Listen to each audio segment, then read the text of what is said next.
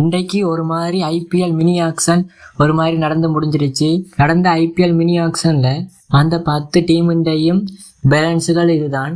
பிறகு வந்த முதல் பேட்ஸ்மேன் ஆகிய ஜாக் பிரசர் எம்சி குக்கை வாங்க முன்வராம அவர் அன்சோல்ட் ஆனாரு.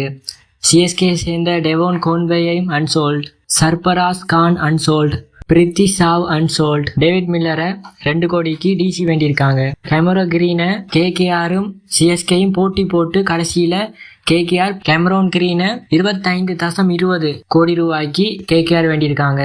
ரச்சின் ரவீந்திரா அன்சோல்ட் ஆனாரு. ஸ்ரீலங்காவை சேர்ந்த மதீச பதிரனா சிஎஸ்கே செல்ல பிள்ளை, சிஎஸ்கே 12 கோடி ரூபால இருக்கும்போது டீம்ல இருந்து வெளியே போயிட்டாங்க. இன்றைக்கு ஐபிஎல் ஆக்ஷன்ல மதீச பதிரனா 18 கோடி ரூபாய்க்கு கேகேஆரால் வேண்டப்பட்டார். கேகேஆர் இன்று 2 வீரர்களுக்காக மாத்திரம் 43 கோடி ரூபாவை செலவழித்துள்ளது.